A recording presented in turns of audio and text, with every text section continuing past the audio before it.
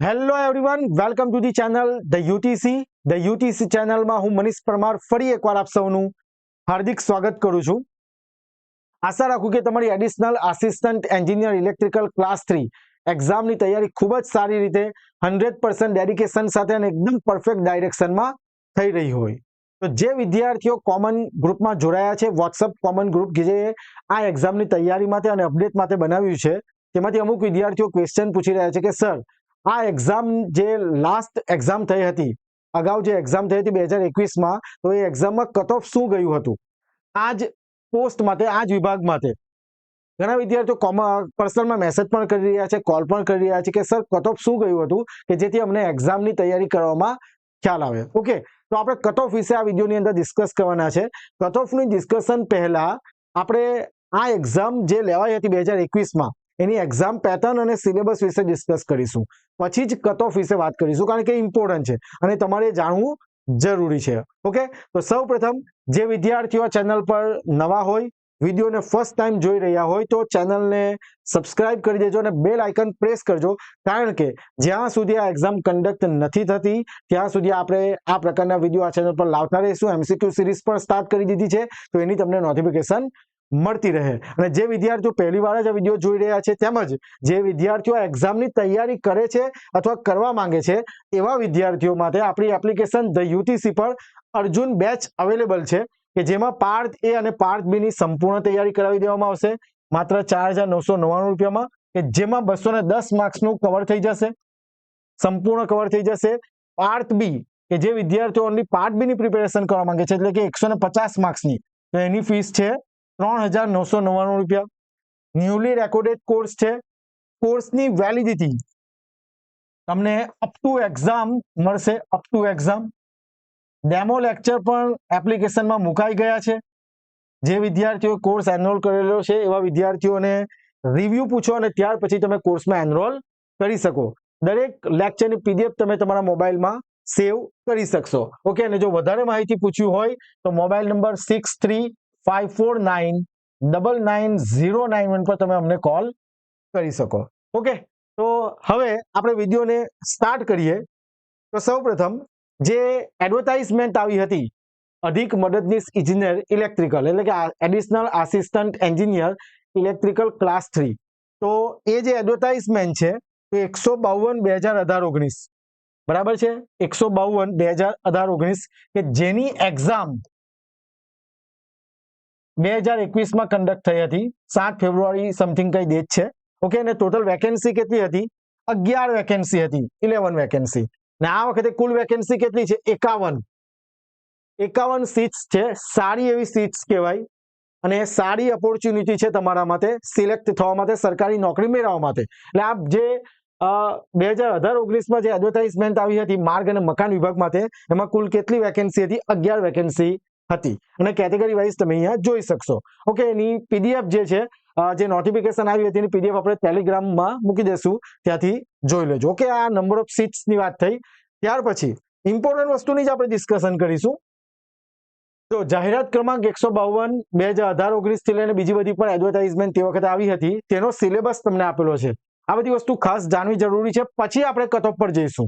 Okay, તો અહીંયા તમે જોઈ શકો કે જે પહેલું જે એમસીક્યુ, મતલબ જે રિટન એક્ઝામ, એટલે કે પહેલી એક્ઝામ એમસીક્યુ જ હતી, પણ જે પહેલી એક્ઝામ કેટલા માર્ક્સની હતી? 100 માર્ક્સની હતી, 100 માર્ક્સની. એની અંદર સામાન્ય જ્ઞાન, ગુજરાતનો ઇતિહાસ, ભૂગોળ, સંસ્કૃતિ, બંધારણ, રમતગમત, કોમ્પ્યુટર, વર્તમાન પ્રવાહ, reasoning, maths, environment, Panchayati Raj, સરકારી યોજના, ગાણિતિક કસોટી, મેનેજમેન્ટ, ડિઝાસ્ટર મેનેજમેન્ટ. ઓકે, એ કેટલા માર્ક્સનું હતું? 20 માર્કનું. એટલે આમાં તમને જો કલ્ચર, હિસ્ટ્રી, જીઓગ્રાફી, બંધારણ, કરંટ અફેર, કોમ્પ્યુટર, પંચાયત, બધી જ વસ્તુ આવી ગયું છે. ને માત્ર કેટલા માર્કનું છે? 20 માર્કનું. આ જૂની એક્ઝામ પેટર્ન છે જે GSSB દ્વારા લેવાતી હતી. ઓકે, જે 2018-19માં જે એડવર્ટાઇઝમેન્ટ આવી હતી તે, ને હમણાં આખું અલગ છે, એના વિશે આપણે ડિસ્કસ કરી ચૂકેલા છે. સમજાય છે વાતમાં? પણ તમે જો આટલા બધા સબ્જેક્ટ કેટલા માર્કના પૂછાતા હતા? 20 માર્કનું. હમણાં તો એકદમ ઈઝી છે. મેથ્સ, રીઝનિંગ જ 60 માર્કનું છે. સમજાય છે વાતમાં? એકદમ ઈઝી છે. જ્યારે તે વખતે જો 20 માર્કનું આટલું હતું. પછી ગુજરાતી સાહિત્ય, ગુજરાતી વ્યાકરણ પણ હતું. વ્યાકરણ અને સાહિત્ય બંને કેટલા બધી વસ્તુ યાદ રાખવાનું હતું. એ કેટલા માર્કનું હતું? 15 માર્કનું. પછી અંગ્રેજી વ્યાકરણ પણ હતું 5 માર્કનું, અને જે ટેકનિકલ છે જગ્યાની તાંત્રિક શૈક્ષણિક લાયકાત અને સંબંધિત વિષયનું પેપર એટલે કે આપણું ટેકનિકલ ઇલેક્ટ્રિકલ કેટલા માર્કનું હતું 60, એમ 100 માર્કનું પહેલું પેપર થતું હતું. કેટલા મિનિટમાં 90 મિનિટ. સમજાય છે વાતમાં? આ બધી વસ્તુ તમને તે વખતે મતલબ કોઈ ડિફાઇન પણ નહીં હતું કે શું કયો સબ્જેક્ટ વાંચવાનો, કયો ટોપિક વાંચવાનો, એવું બધું કંઈ જ મેન્શન નહીં હતું. 2018-19 ની જે એડવર્ટાઇઝમેન્ટ છે એની અંદરની વાત કરીએ છીએ આપણે. હમણાં તો એકદમ ઇઝી મૂકી દીધું છે, બધા ટોપિક ડિફાઇન છે, ટેકનિકલ સબ્જેક્ટ આપેલો એની અંદર પણ ટોપિક ડિફાઇન છે. સમજાય છે વાતમાં? ને તે વખતે આ બધી જ વસ્તુ કમ્બાઈન હતું અને કેટલા માર્કનું પેપર હતું? 100 માર્કનું પેપર હતું. સમજાય વાતમાં? હવે અહીંયા સિલેક્શન નહીં થઈ જતું હતું, ધ્યાન આપો એટલે વાતમાં. જે પહેલું પેપર હતું 100 માર્કનું, 100 માર્કનું, એની અંદર 3 ગણા ઉમેદવાર જે પહેલી ટેસ્ટ લેવાતી હતી એક્ઝામ, તેની અંદરથી 3 ગણા ઉમેદવારને સેકન્ડ ટેસ્ટમાં મોકલાતા હતા, જે હતી computer proficiency test, CPT test. સમજાય છે વાતમાં? ઓફલાઈન પેપર હતું, ઓનલાઈન નહીં હતું, ઓફલાઈન હતું. ઓકે, આમાં જે પણ વિદ્યાર્થીઓના માર્ક આવેલા હોય તેમાં જે કેટેગરી વાઇઝ વેકેન્સીના આધારે 3 ગણા ઉમેદવારને ક્યાં મોકલાતા હતા? કોમ્પ્યુટર પ્રોફિશિયન્સી ટેસ્ટ સીપીટીમાં. જો એડવર્ટાઇઝમેન્ટ નંબર 152/2018-19. સમજાય છે વાતમાં? હવે આની અંદર Excel, spreadsheet, email, PowerPoint, Word typing, Word formatting, અંગ્રેજી તથા ગુજરાતી, એમ કેટલા માર્કનું? 50 માર્ક્સનું પેપર હતું આ. Okay, computer proficiency test CPT test આ કેટલા માર્ક્સનું હતું? 50.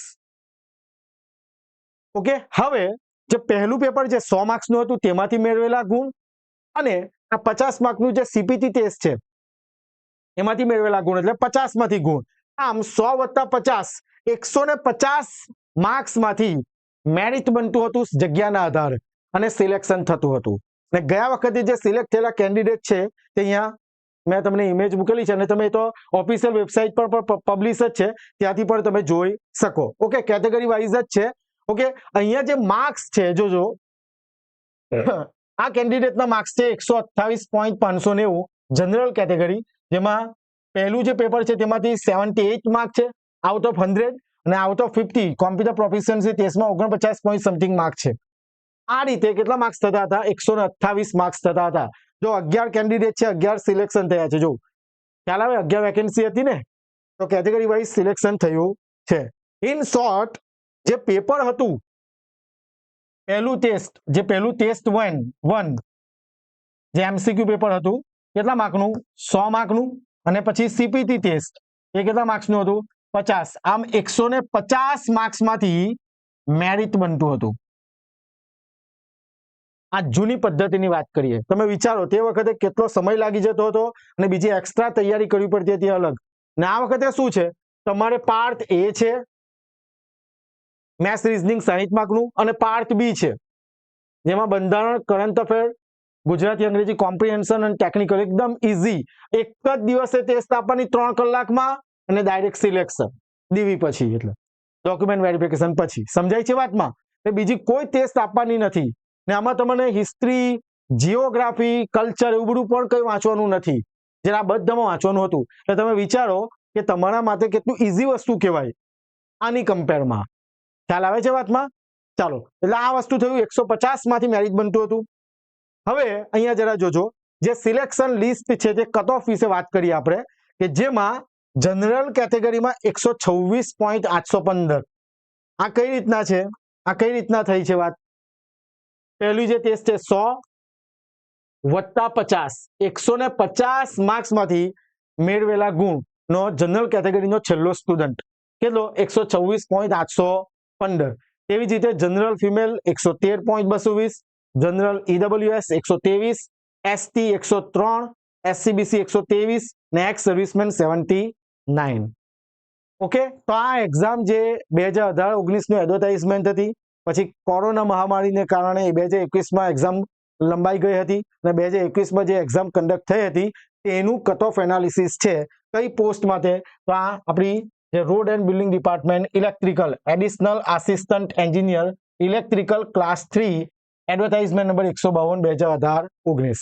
ઓકે, તો આ કટ ઓફ રજૂ કરવાનો ખાલી બેનિફિટ એ છે તમને કે તમને આઈડિયા આવે કે આપણે કઈ રીતના પ્રિપેરેશન કરવી જોઈએ.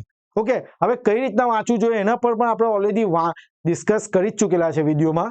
આપણે આ ચેનલ પર તમને મળી જ જશે એ વિડીયો. ઓકે, આની અંદર તમારે કેવું છે કે જે સિલેબસ આપ્યો છે, ધારો કે તમે સેલ્ફ પ્રિપેરેશન કરવા માંગો છો, ઓકે, યાદ રાખો જો તમારી પ્રિપેરેશન પરફેક્ટ વેમાં નહીં હશે તો સિલેક્શન થવું અઘરું થઈ જાય.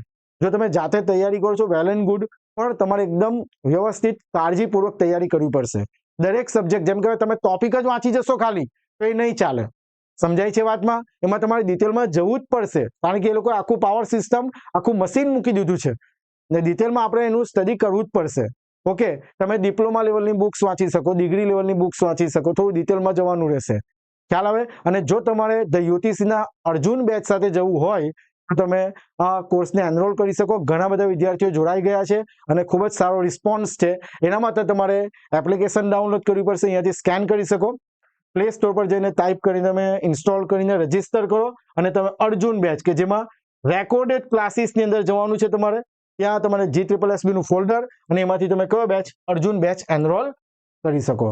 તો આશા રાખું કે તમને જે લાસ્ટ એક્ઝામ જે થઈ હતી આપણી તેની માહિતી મળી ગઈ હોય અને કટ ઓફ વિશે આઈડિયા આવી ગયો હોય, શું એક્ઝામ પેટર્ન હતી એના વિશે પણ તમને આઈડિયા આવી ગઈ હોય. ઓકે, તો આ રીતે આ એક્ઝામને રિલેટેડ આપણે દરેક માહિતી આપતો વિડીયો તમારી સામે લાવતા રહીશું.